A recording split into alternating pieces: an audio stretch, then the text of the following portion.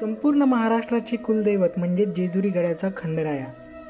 तुमच्यातले अनेक जण जेजुरी गडाला नक्कीच भेट देत असाल. चला तर मग या ब्लॉगच्या माध्यमातून आपण जेजुरी गडाचे दर्शन करूयात.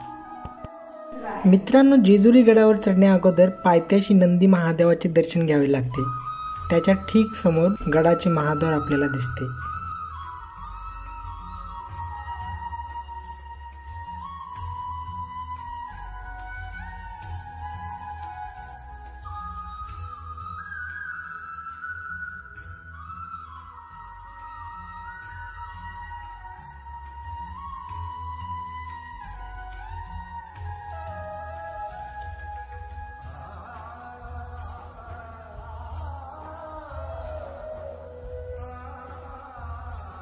पंढरपूरचा विठोबा, कोल्हापूरचा ज्योतिबा आणि जेजुरी गडावरचा खंडोबा म्हणजेच अखंड महाराष्ट्राचे आराध्य दैवत.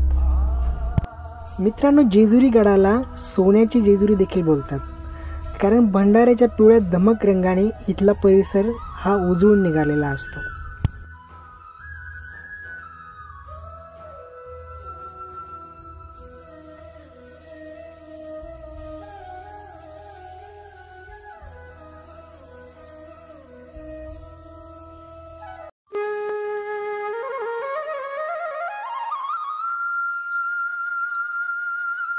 जेजुरी गडाच्या पायऱ्यावर जागोजागी आपल्याला वाघी मुरळी म्हणजेच खंडोबाचे सेवेकरी संबळ वाजवताना दिसतात.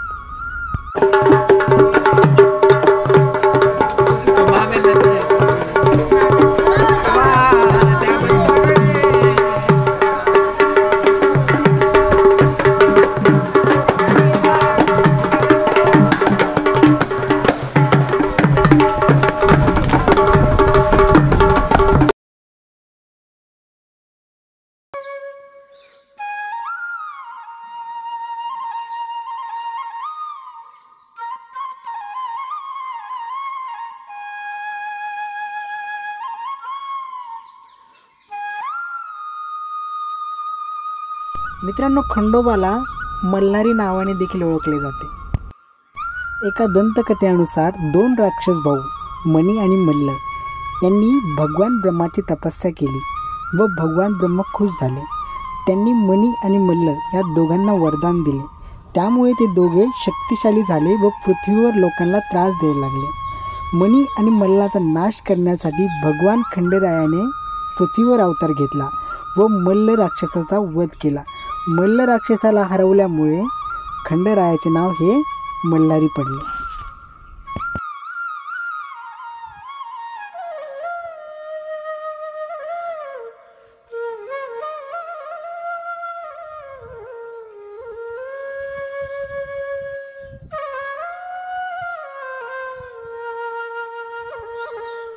तर मित्रांनो, हे जेजुरी गडाचे मुख्य महाद्वार. येथून थोड्या काही पायऱ्या चढल्यानंतर आपण मंदिराच्या मुख्य प्रांगणामध्ये पोहोचतो.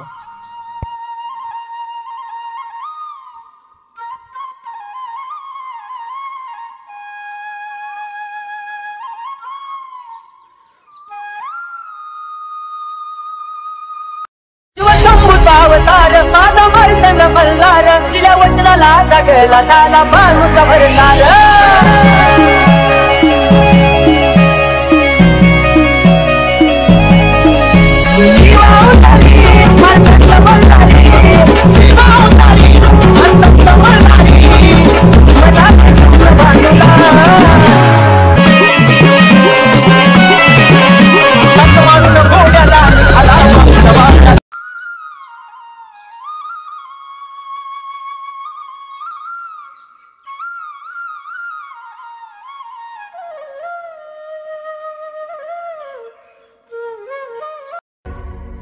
शिव शंभूच अवतार, देवा तूच मल्हार, भैरवनाथाच अवतार, देवा तूच मल्हार, उधली तो देवा भंडार, धरुनी तुझा जागर, वाजवी तो देवा संबळ.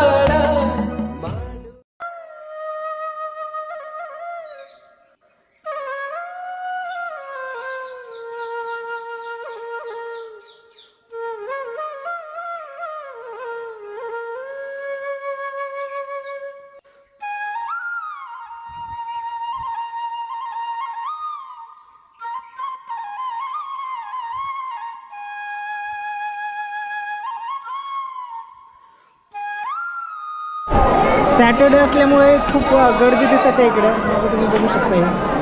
आता मला वाटतं दर्शनाला एक ते दीड तास जाणार आहे आपला. चला बघूयात, लागूयात रांगेमध्ये. आता मागे रांग लागलेली पूर्ण. इथनं आपल्याला एंटर करायचं आतमध्ये रांगेमध्ये जाण्यासाठी.